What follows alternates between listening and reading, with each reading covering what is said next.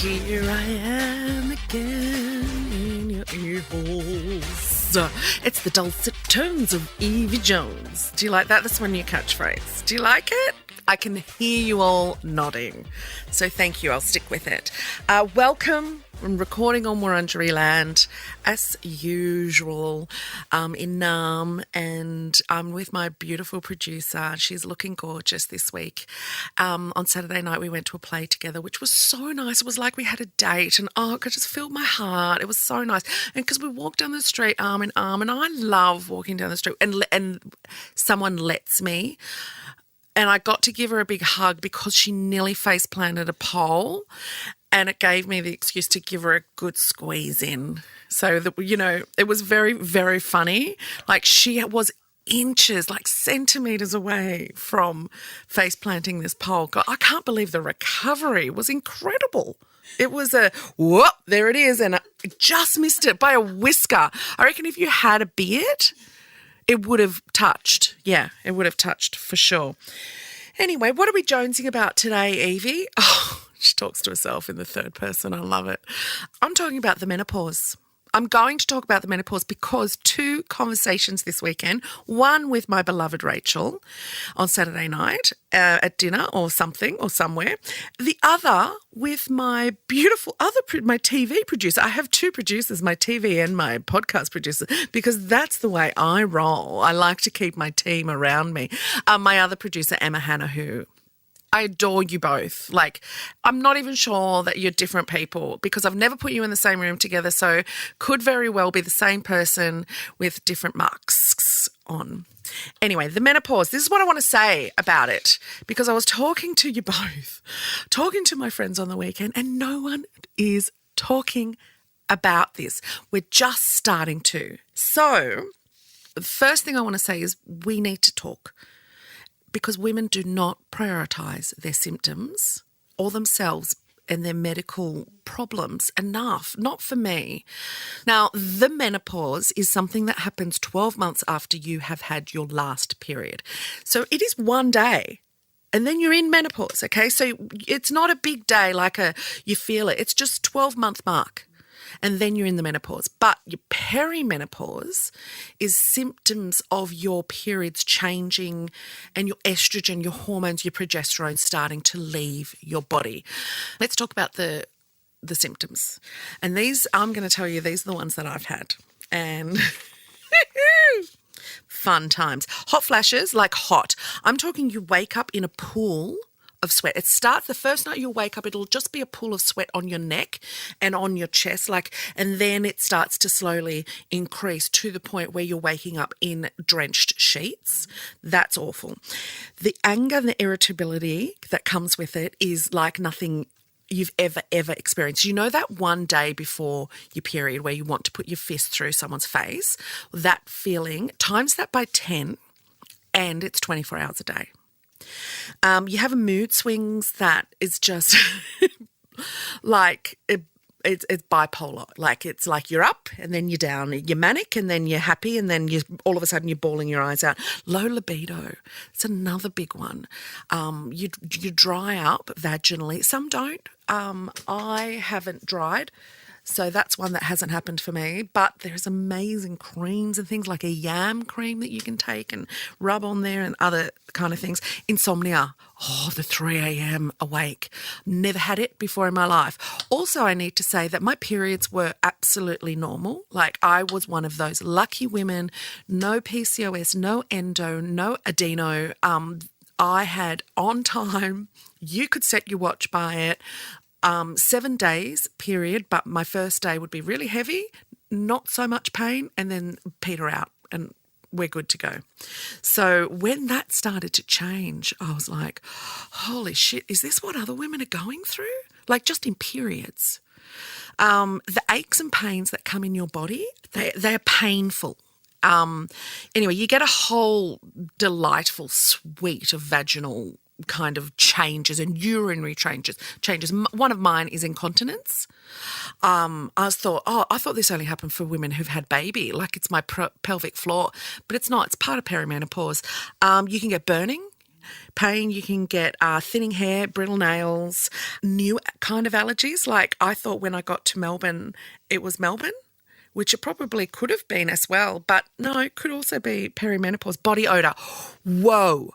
There is a smell, a new smell from my BO that isn't normal. Isn't not normal. It's not usual. Like it's foreign to me.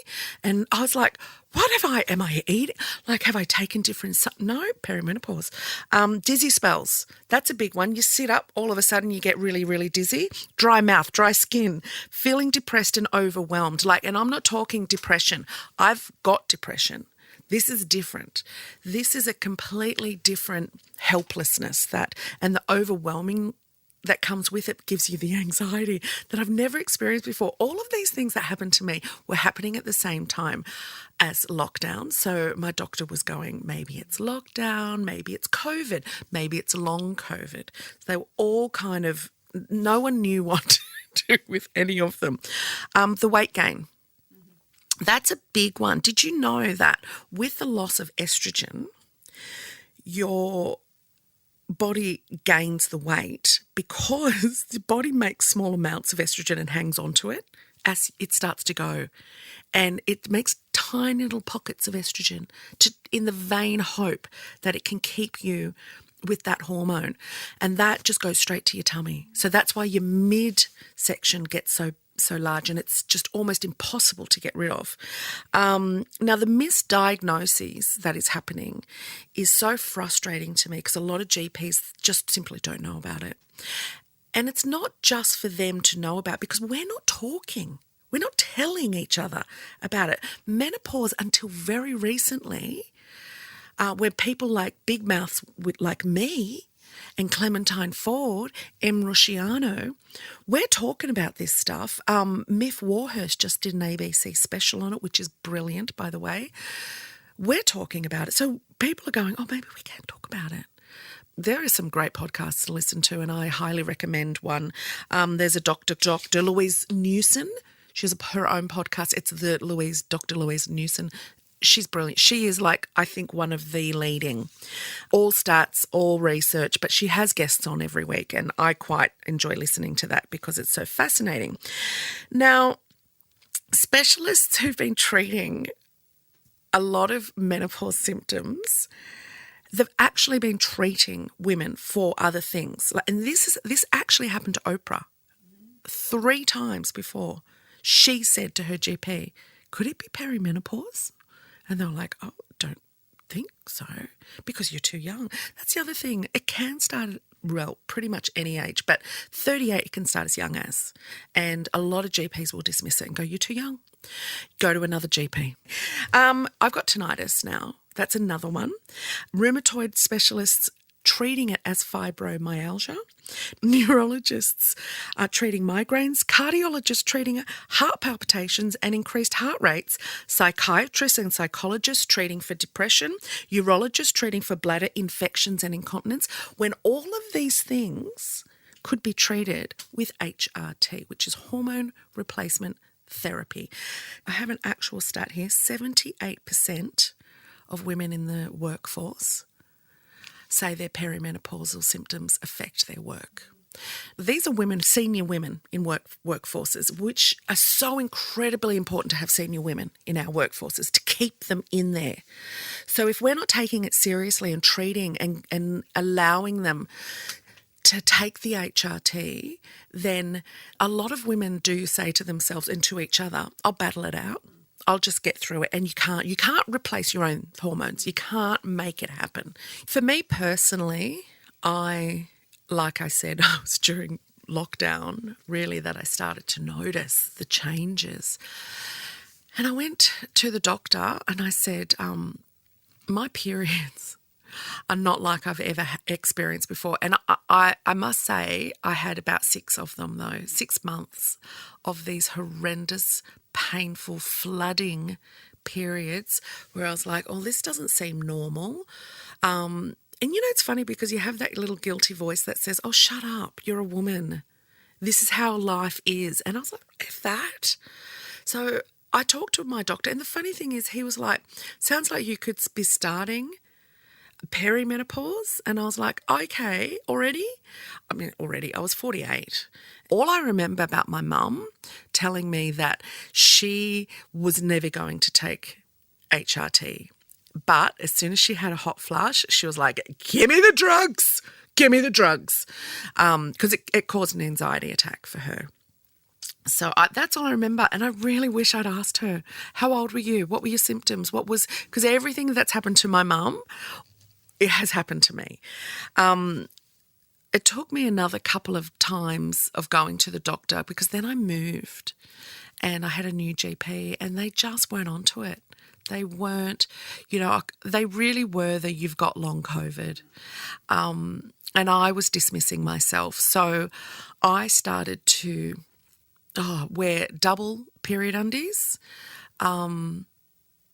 started to take heavy painkillers for the pain. But it was the memory loss for me that was the most frightening. It was because it was annoying people. It was annoying my friends. It was annoying colleagues. I could not remember if I was telling people the same story again. I ended up talking to a group, my really close group of friends, and I said, I'm going through this and it's not great, and I need you all to be really understanding and empathetic, sympathetic, if you will, because I don't know how long it's going to last. And I still wasn't on hormone replacement therapy. I was battling through it. The hot sweats were debilitating, and I still get them, but not nearly as bad. Like, think of yourself burning from the inside out. And there's nothing you can do, and you're in a restaurant and you just need to get out, or you're in bed, or, you wake up and you can't breathe properly. Also, I love my sleep. And the fact that I had got insomnia for the first time in my life was really awful. So I spoke to another GP. So as I always say, if one doesn't recognise it, talk to another. The fact, though, that I had to say I think I have perimenopausal and I think I need to go on some estrogen. So I ended up getting a gynecologist who really spoke to me, and she spoke, like, I reckon she's in her mid-30s. My appointment, expensive appointment, aren't they all, went for about 40 minutes, that's the initial. And she spoke to me the entire time and answered every question I had, asked for every symptom I had, and put it all down to perimenopause and said, you are going to be helped by this. So I got the gel, and I also ended up getting a Mirena, which had the progesterone. So one thing I didn't know is that if you take estrogen, you can't have your uterus anymore. If you do have your uterus, you need to take progesterone as well. Otherwise, the estrogen can cause cancer. So why are we not talking about that? I didn't know that, and I had been doing all this research. Finally, that gynecologist told me, oh, no, I must have the progesterone. So I got it in the form of a Mirena, which is slow releasing. And also that I reckon 99% fixed my period problems. So I can't tell you what to do, but I can tell you what I've done and what has worked for me and countless other women. Why are we not prioritising our health more? Women do it all the time. So women and people who have reproductive systems, please prioritise yourself and start talking to each other. Start talking to the younger generation. Suicide rates go up, and so does domestic violence rates go up during perimenopausal symptoms, because we change, we treat our partners differently, we smell different, our irritability, our forgetfulness can really enrage domestic violence abusers. So anyway, I think we need to save the sisterhood by talking. Please talk to someone about the menopause. Shemale time, or email, or female, or me-mail, or DMs, or pages, or flying pigeons. What is that pigeon called? It's the courier pigeon. Anyway, we got this as an old-fashioned email on the internet. It's very nice, isn't it? It's from Erin. Hi, Evie. Hey, Erin.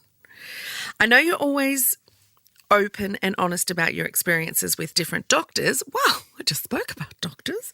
And I wanted to share one of mine. I had an STI check recently where I was asked by the doc if I'd had unprotected sex. I responded yes with a guy I met in a bar. The doc advised me, in quotation marks, if I wanted to avoid STIs, I should only sleep with people I was in a committed relationship with and use protection. That appointment left me feeling embarrassed, shameful and guilty for consenting to sex, and I spent the next half hour sobbing in my car. The whole incident knocked my usual body and self-confidence, including trying to trust a new intimate partner, and I was feeling isolated, not being able to tell anyone. I was wondering if this type of sex shaming is common for other women and if a man would have experienced the same thing when going to the doctor. Thanks. Love the podcast, Erin. Thanks, Erin. It was a great, vulnerable letter to receive. I too have had that exact thing happen to me, and I feel it goes with the territory because as women we get shamed about everything, but it shouldn't be that way. I don't believe it should be that way. I don't think anyone should be shamed. There's a big difference between a doctor saying, now you know if you're going to hook up with someone, you should really be using protected sex. But we live in the real world, so that doesn't often happen, especially if you're drunk or if, blah, blah, blah. But someone in that position telling you and shaming you, like, no shit, Sherlock. That's not what I'm here for, because I already, what you're preaching to the choir. I already know I should have and I didn't, and I'm being honest about it. So just don't shame me on it. But they do, and I'm not sure if that happens to men because I've never been in. If there's any men listening and it has happened to you, please let me know. I don't know if that's happening to men, but I'm assuming gay men it would be. And I'm assuming with straight men it would be, especially from a female doctor, but who knows? Being reminded to use protection is great, but shaming someone or telling them they should only be having sex with someone in a committed relationship, how's get f***ed sound? I mean, not literally. Literally. Go away, because we can have sex with whoever we want if it's consensual. And you know what? You can be in a committed relationship and you can get an STI. And you could be in a committed monogamous relationship with someone that doesn't cheat on you, and you could still get an STI that's laid dormant in them for up to a decade. So F off with your slut shaming, STI shaming bullshit. Don't ever go to that doctor again, Erin. I'm so sorry that happened to you, and I'm sorry that you wasted half an hour of your beautiful life in your car feeling ashamed and crying about it. I wish I knew you, because then I would have called you and gone, hey, no more crying for you, lady. You fabulous, awesome woman who can pick up a man at a bar and have sex consensually with them and forget. Yeah, that's why you go and get an STI test and you get it treated. The doctor should have actually been saying to you, good on you for being here. Thank God you're here, because if you do, we can treat that. You know what happens when you tell other people, or for you in the future, you don't go and get it checked anymore. Guess what? Chlamydia could kill you or make you infertile. So any doctors that are listening, or anyone that knows a sex doctor, tell them, don't do that. Don't be that guy. And that's all I have to say about that. Erin, I also have to say this. I love you, and you are worthy of everything. And lastly, because you know how much you love it, Eve's useful facts. Are they useful or are they useless? They're useful. Well, have I got a good one for you today? Listen to this. This is how good it is. It's so good. I'm rustling the papers about it. All right, look, we're going back today to the 17th century, where hygiene Whew, I'm smelling it now. It wasn't quite as good as it is today. We're talking a smell that's going to outlast religion. It's not good. Lice were a problem. Common problem, actually. Everyone had it, even the rich. Everyone had it. One of the solutions was to shave your head. It's the best, still to this day, the best solution for lice. And there is nothing wrong with rocking a bald head for any reason. But if it's for lice, shave your head. Do not get your kid in front of you with one of those lice combs, because that is 8 hours you are never getting back. Shave your kid's head and go, Sinead O'Connor, go to work, go to school and have fun. Nothing compares to you. Say that to them. So, but going bald, especially even in the 17th century for the elite, was seen as socially unacceptable. So a new fashion craze emerged among the elite to wear a wig, a powdered wig, to be precise. Why it was powdered, I can only guess, because they couldn't wash it with soap. So they had to powder it, just like dry shampoo. Because before dry shampoo, we used to use talc powder in our hair to dry. Oh my God, we're learning so many things. And as you know, some folks just love to imitate the elite. So before long, everyone's wearing powdered wigs. Powdered wigs, you get a powered wig, you get a powdered wig. Not powered, I said powered, powdered. Powdered wigs for everyone. There was a dust cloud of talc going around. 17th century England. Anyway, the most elaborate ones were made of human hair. Okay, so they required expensive maintenance. And they were extremely big. Like, they made them as big as possible. The bigger your wig, the better and richer you were. So people were able to distinguish the elite then from the commoners based on the size of their wigs. Now, I think you all know where I'm going with this by now. If you don't already, it's okay. Come with me. Say it with me. That's where the term big wigs came from. And we still use it today. Pop in your claps there, Rachie. That's a good one, isn't it? Big wig. And we still use it today. Big wigs. Anyway, that's me. Love you. Talk to you on Thursday. I've got a special guest. Can't wait. If you need to contact me, you can DM me or you can email me at twogirls@novapodcast.com.au. Please do. Rate, review, subscribe. I need you. I love you. Thank you for listening.